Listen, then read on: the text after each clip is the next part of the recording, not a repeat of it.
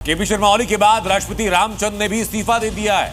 इस वक्त की बड़ी खबर सामने आ रही है, नेपाल के राष्ट्रपति ने अपना इस्तीफा सौंप दिया है। यानी अब तक आंशिक अस्थिरता झेल रहा नेपाल राजनीतिक और लोकतांत्रिक तौर पर पूर्णतः अनिश्चितता के माहौल में आ चुका है।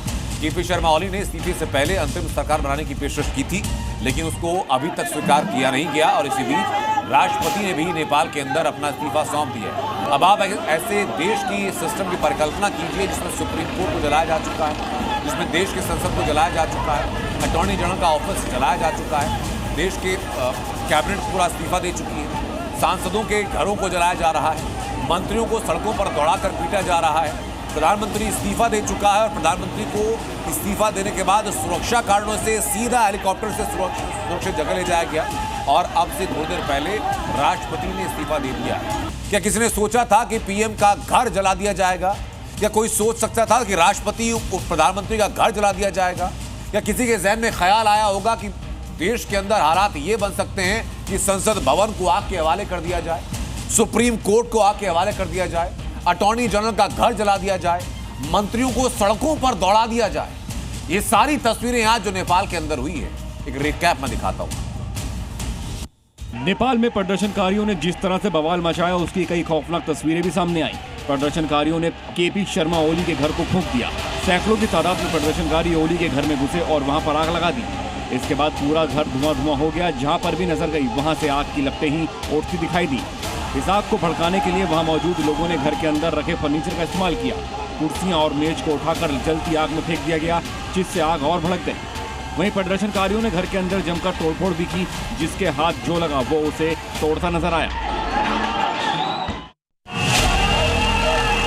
सैकड़ों की तादाद में सड़क पर उपद्रव कर रहे प्रदर्शनकारियों के गुस्से की आग से वहां सुप्रीम कोर्ट भी जल उठा। आंदोलनकारियों ने सुप्रीम कोर्ट को घेर लिया, पहले वहां तोड़फोड़ की और उसके बाद आग लगा दी, जिसके बाद वहां से आग की ऊंची ऊंची लपटें उठती दिखाई दी। इस आग की तपिश को काफी दूर से भी महसूस किया जा सकता था। वहीं आग की लपटों से उठता धुएं का गुबार पूरे इलाके में फैल गया और आसपास के इलाकों में काला धुआं छा गया। सुप्रीम कोर्ट से उठती आग की लपटों को कई किलोमीटर दूर से भी देखा जा सकता था। प्रदर्शनकारियों ने नेपाल के संसद भवन को भी जलाकर राख कर दिया। बगावत पर उतरी भीड़ पहले संसद भवन के अंदर दाखिल हुई, जहां पहले जमकर उपद्रव किया गया। इसके बाद भीड़ ने संसद भवन को आग के हवाले कर दिया। आंदोलनकारियों के गुस्से की चिंगारी से आग इस कदर भड़की कि देखते देखते पूरे का पूरा संसद भवन आग की लपटों में कुछ ही पलों में घिर गया और इससे निकले धुएं का गुबार आसमान में छा गया, जिसे कई किलोमीटर दूर से भी देखा जा सकता था। प्रदर्शनकारियों ने राष्ट्रपति और उप प्रधानमंत्री के घर पर भी हमला किया। हिंसा पर उतारू भीड़ उनकी निजी आवास में घुस गई और फिर राष्ट्रपति और उप प्रधानमंत्री के आवास पर पहले तोड़फोड़ की गई और उसके बाद वहां पर आग लगा दी गई। काठमांडू में आगजनी की तस्वीरें शहर के कई हिस्सों से सामने आई। कहीं सड़कों पर गाड़ियां फूंक दी गई तो कहीं पुलिस चौकी को भी निशाना बनाया गया।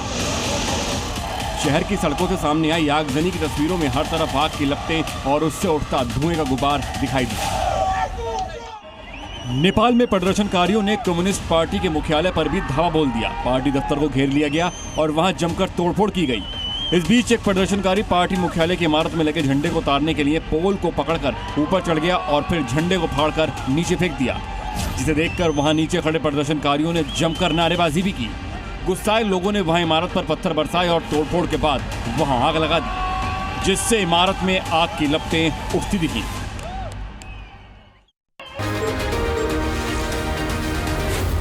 Z News.